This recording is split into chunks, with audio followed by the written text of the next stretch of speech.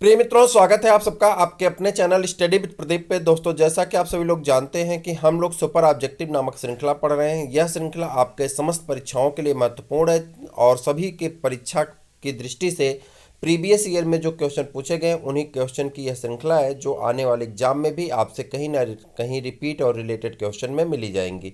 तो बात कर रहे हैं आज बौद्ध धर्म की ये दूसरी श्रृंखला में हम लोग प्रश्न को स्टार्ट करने चल रहे हैं। क्वेश्चन नंबर 52 से हम लोग स्टार्ट करेंगे और आगे की दिशा में बढ़ेंगे।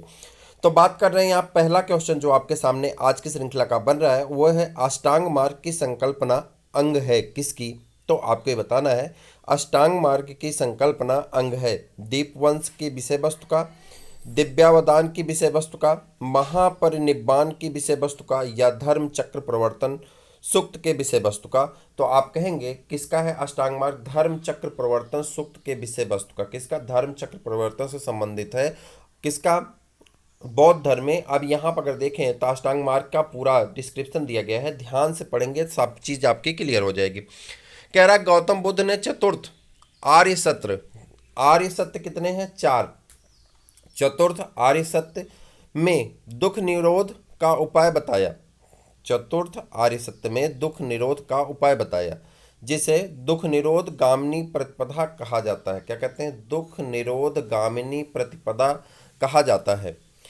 इस इसे मध्यमा प्रतिपदा या मध्यम मार्ग भी कहते हैं।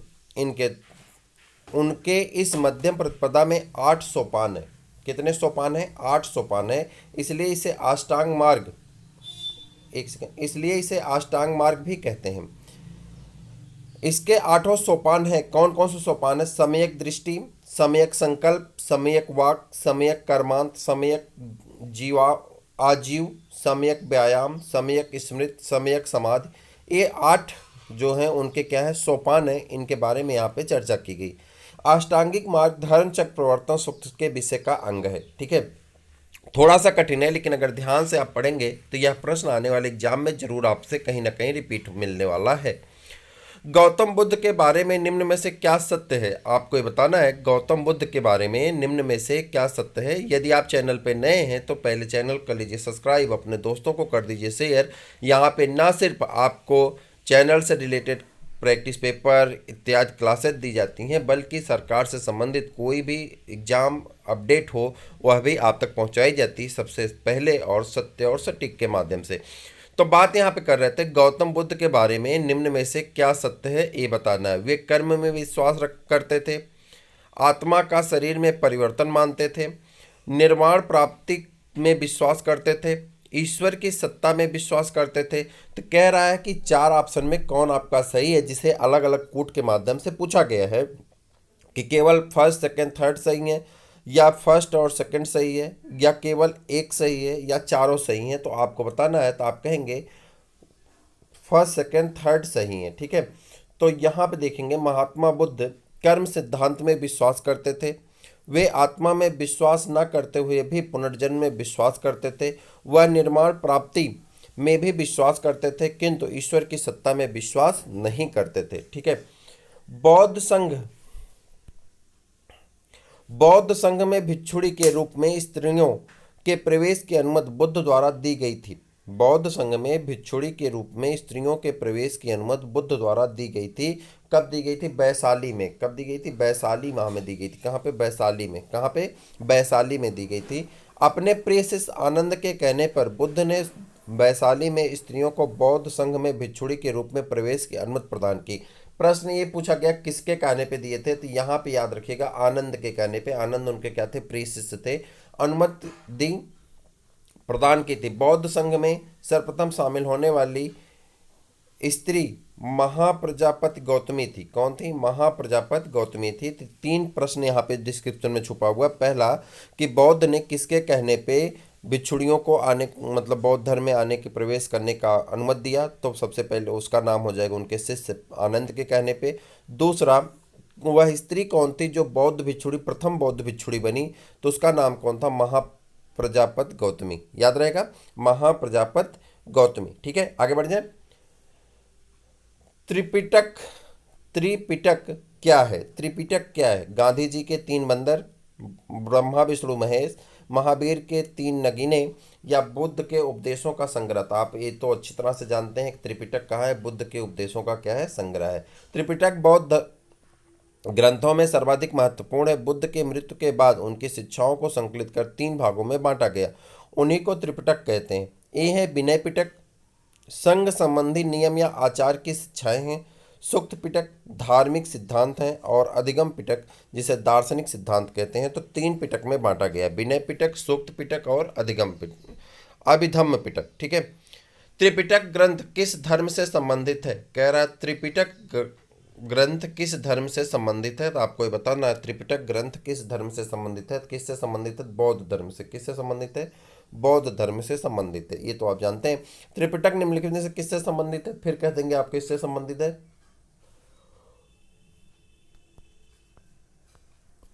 नेक्स्ट, थोड़ा बड़ा प्रश्न है, ध्यान से पढ़िएगा। प्राचीन भारत में बौद्ध मठों में पर्वन नामक समारोह आयोजित किया जाता था, जो पहला ऑप्शन है संघ, परिनायक और धर्म तथा विनय विषयों पर एक एक वक्ता को चुनने का अवसर होता था। वर्षा ऋतु के दौरान मठों में प्रवास के समय भिक्षुओं द्वारा किए गए अपराधों की स्वीकृति का अवसर होता था। किसी नए व्यक्ति को बौद्ध धर्म में प्रवेश करने का समारोह होता था, जिसमें उसका सिर मुड़वा दिया जाता था और पीले वस्त्र दिए जाते थे। आषाढ़ की पूर्णिमा के अगले दिन बौद्ध भिक्षुओं के एकत्र होने का अवसर होता था, जब वे वर्षा ऋतु के आगामी 4 महीने के लिए निश्चित आवास चुनते थे। तो कह रहा है कि इसमें ऑप्शन कौन सा सही, पर्वन किसके लिए, पर्वन समारोह किसके लिए है, तो कहेंगे पर्वन समारोह ऑप्शन नंबर बी आपका सही है।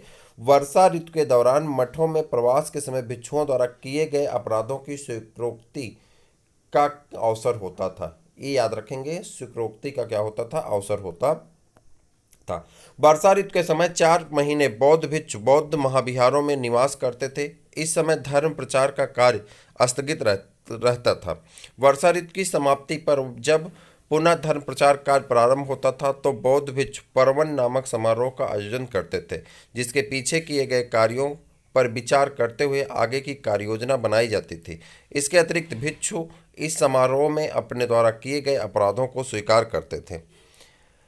अशोकाराम विहार निम्नलिखित में से किस स्थान पर स्थित है? अशोकाराम विहार निम्नलिखित में से किस स्थान पर स्थित है, इसे आपको बताना है। अशोकाराम विहार निम्नलिखित में से कहाँ पे स्थित है, तो कहाँ पे स्थित है? पाटलिपुत्र में स्थित है। कहाँ पे स्थित है? पाटलिपुत्र में।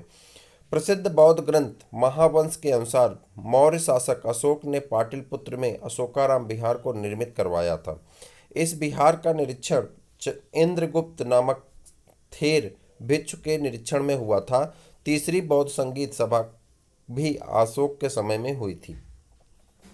विश्व का सबसे ऊंचा कहा जाने वाला विश्व शांति स्तूप बिहार में कहाँ है? विश्व शांति स्तूप बिहार में कहाँ है? राजगीर में। कहाँ पे? बिहार में कहाँ पे है? राजगीर में। कहाँ पे? राजगीर में। बिहार में राजगीर की पहाड़ियों 400 मीटर की ऊंचाई पर स्थित शांति स्तूप विश्व का सबसे ऊंचा कहा जाने वाला विश्व शांति स्तूप है। वैशाली स्थित शांति स्तूप की ऊंचाई 38 मीटर 125 फीट और चौड़ाई 36 मीटर यानी 118 फुट है, तथा गुंबद का व्यास 20 मीटर यानी 65 फुट है। बुद्ध की 80 फुट बड़ी प्रतिमा जो बोध गया में है निर्मित की गई है। कह रहा बुद्ध की 80 फीट बड़ी प्रतिमा जो बोध गया में है निर्मित की गई है। किससे निर्मित की गई है? जापानियों के द्वारा। किसके द्वारा निर्मित की गई है? जापानियों के द्वारा निर्मित। बुद्ध की 80 फुट ऊंची बोध गया में स्थित प्रतिमा लाल ग्रेनाइट और बलुआ पत्थर से निर्मित है। किससे? लाल ग्रेनाइट और बलुआ पत्थर से क्या है? निर्मित है। इसमें निर्माण में 7 वर्ष का समय लगा। यह प्रतिमा जापान के दोइजोकियो संप्रदाय के समुदाय द्वारा निर्मित की गई है। वह स्तूप स्थल जिसका संबंध भगवान बुद्ध के जीवन की किसी घटना से नहीं रहा है, वह कौन है? तो कह रहा सांची का स्तूप जो है वो उसका बुद्ध के जीवन से कोई लेना देना नहीं है। बोध गया का स्तूप बुद्ध स्थल की ज्ञान प्राप्ति से, सारनाथ धर्मचक्र प्रवर्तन से तथा कुशीनगर या कुशीनारा बुद्ध की मृत्यु से संबंधित, जबकि सांची स्तूप बुद्ध के जीवन की किसी विशेष घटना से संबंधित नहीं है। संसार अस्थिर है। नेक्स्ट प्रश्न है आपका, संसार अस्थिर और क्षणिक है, का निम्न में से किससे संबंध है? यह बात कहाँ से कही गई है? तो इस बात को महात्मा बुद्ध द्वारा कही गई है बौद्ध धर्म में। बौद्ध दर्शन में क्षणिकवाद को स्वीकार किया गया है। बुद्ध ने स्वयं अनित्यवाद के सिद्धांत का प्रतिपादन किया है। क्षणिकवाद अनित्यवाद का तार्किक विकास है जो बुद्धोत्तर दर्शन में अस्तित्व में आया। क्षणिकवाद के अनुसार विश्व की प्रत्येक वस्तु का अस्तित्व क्षण मात्र के लिए ही रहता है। इस प्रकार नदी की एक बूंद एक क्षण के लिए सामने आती है तथा दूसरे क्षण वह विलीन हो जाती है। उसी प्रकार जगत की समस्त वस्तुएं क्षण मात्र के लिए ही अपना अस्तित्व कायम रखती हैं। निम्नलिखित में से किसे एशिया के ज्योतिपुंज के तौर पे जाना जाता है? एशिया का ज्योतिपुंज किसे कहा जाता है? तो एशिया का ज्योतिपुंज गौतम बुद्ध को कहा जाता है। किसको कहा जाता है? गौतम बुद्ध को कहा जाता है। गौतम बुद्ध को एशिया का ज्योतिपुंज के तौर पे जाना जाता है। गौतम बुद्ध के जीवन पर एडविन अर्नाल्ड ने लाइट ऑफ एशिया नामक काव्य की रचना की है। निम्नांकित में से किसे एशिया का ज्योतिपुंज नाम से जाना जाता है? अगला प्रश्न आपका होता है निम्नांकित में से किसे एशिया का ज्योतिपुंज के नाम से जाना जाता है? तो आप तुरंत कहेंगे भगवान बुद्ध को। किसको जाना जाता है? भगवान बुद्ध को जाना जाता। सर एडविन अर्नाल्ड की पुस्तक the light of the Asia आधारित है। कह रहा the light of the Asia किस पे आधारित है? तो आपको बताना होगा ललित विस्तार पर। किस पे आधारित है? ललित विस्तार पर आधारित है। सर एडविन अर्नाल्ड की पुस्तक the light of the Asia Lalit विस्तार के विषय वस्तु पर आधारित है। इस पुस्तक का प्रकाशन वर्ष 1879 में लंदन में किया गया।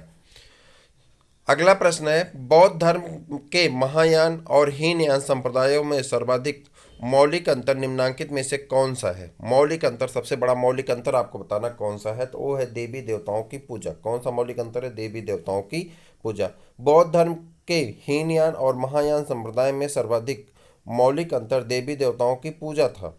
हीनयान में बुद्ध के को एक महापुरुष माना जाता था जबकि महायान में उन्हें देवता माना गया तथा उनकी पूजा की जाने लगी। इसी के साथ ही उन अनेक बोधिसत्व की भी पूजा की जाने लगी।